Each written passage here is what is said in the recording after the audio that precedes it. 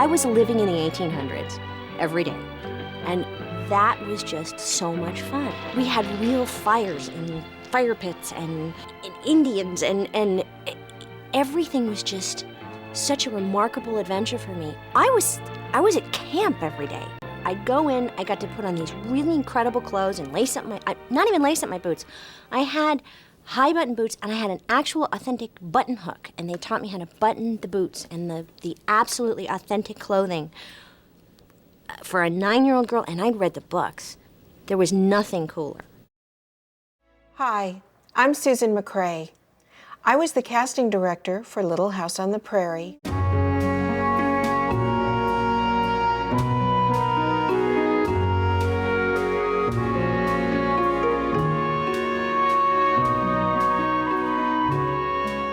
Melissa Sue Anderson came in to interview and read for the role of Laura Ingalls. And when Michael read her, she was a beautiful actress, absolutely beautiful. She had a special quality. But he looked at her and he thought, this is Mary Ingalls. This isn't Laura.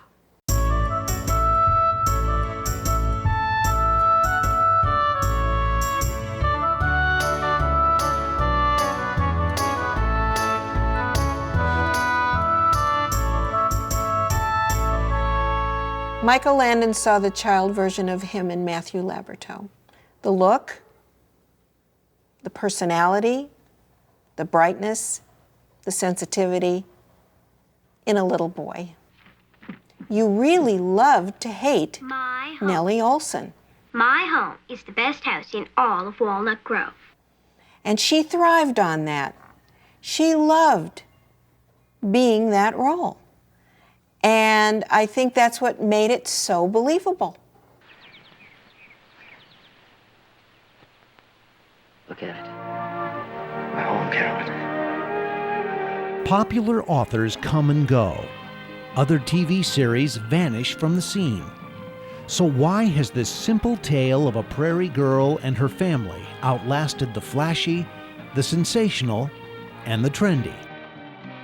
Little House on the Prairie evokes the archetype of the family and the archetype of the community. I think Little House on the Prairie was a representation of everything that we as human beings aspire to be and live up to and have in our lives. It teaches us how to support one another and be there and have compassion and care for your neighbor and your family members and how you all work together to survive. It was real. It wasn't 1870. It was real. And it was told in the books and on the television series from Laura's optimistic, heartfelt perspective. She's not a saint. She was a typical American country girl. Country girls.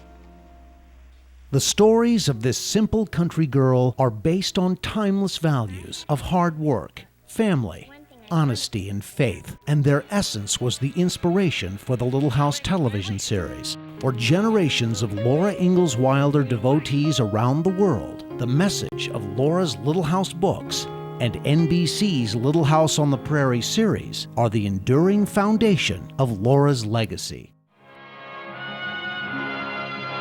In Laura's time, as today, great storms roar in from the Arctic Circle with nothing to break their fury. In the 1880s, the only warnings of coming storms were provided by a network of telegraph operators who would pass along local conditions to keep distant communities informed. But sometimes, storms moved faster than vital weather information could be shared. One of those storms occurred on January 12, 1888, when Laura was nearly 21. In less than 24 hours, more than 500 people, many of them children, died in what has become known as the Children's Blizzard. The events of that horrible day were the inspiration for the Blizzard episode of the Little House series. But instead of any winter afternoon, Michael Landon set Blizzard on Christmas Eve. Merry Christmas, everyone. Merry Christmas to you. Class is dismissed. The producers of Little House knew they'd never get a real blizzard in California, so many of these scenes were shot not outside in a blinding storm, but on a specially designed soundstage dressed just for the occasion.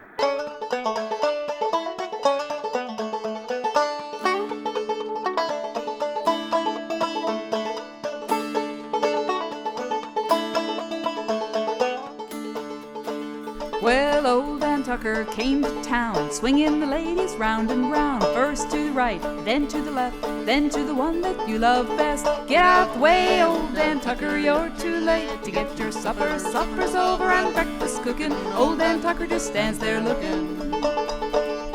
Well, old Dan Tucker's a mean old man, washed his face in a frying pan, combed his hair with a wagon wheel, died with a toothache in his heel. Get out the way, old Dan Tucker, you're too late to get your supper. Supper's over and breakfast cooking. Old Dan Tucker just stands there looking.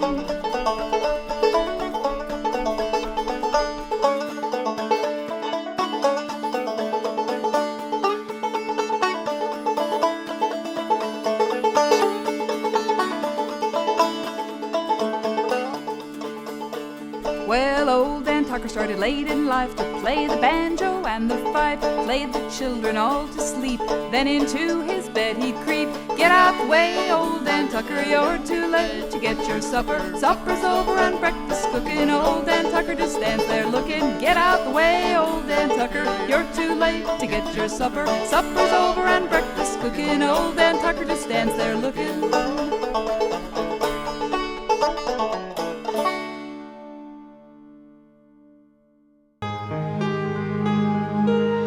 For 5 of the most significant emotional years of their careers, actors Melissa Gilbert and Dean Butler played husband and wife, Laura and Almanzo Wilder. Our first dialogue was of course right up outside. in front of the church. That was the famous, Pleasure to meet you, Manly. It's almost exactly the way she read it too. The recall is incredible.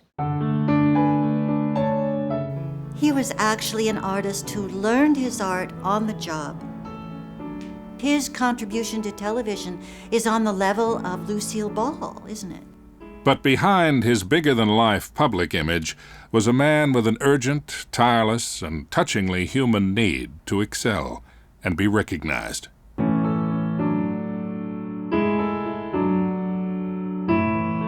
I went out and I got all the books, and I read them all, and I thought they were absolutely charming. I really liked Jonathan very much. Men Will Be Boys is probably my favorite Little House episode. The transition for me was when he wrote the part of Albert. The first real professional experience I had after leaving college was as a professional athlete. It was finally Carolyn who made her husband stop moving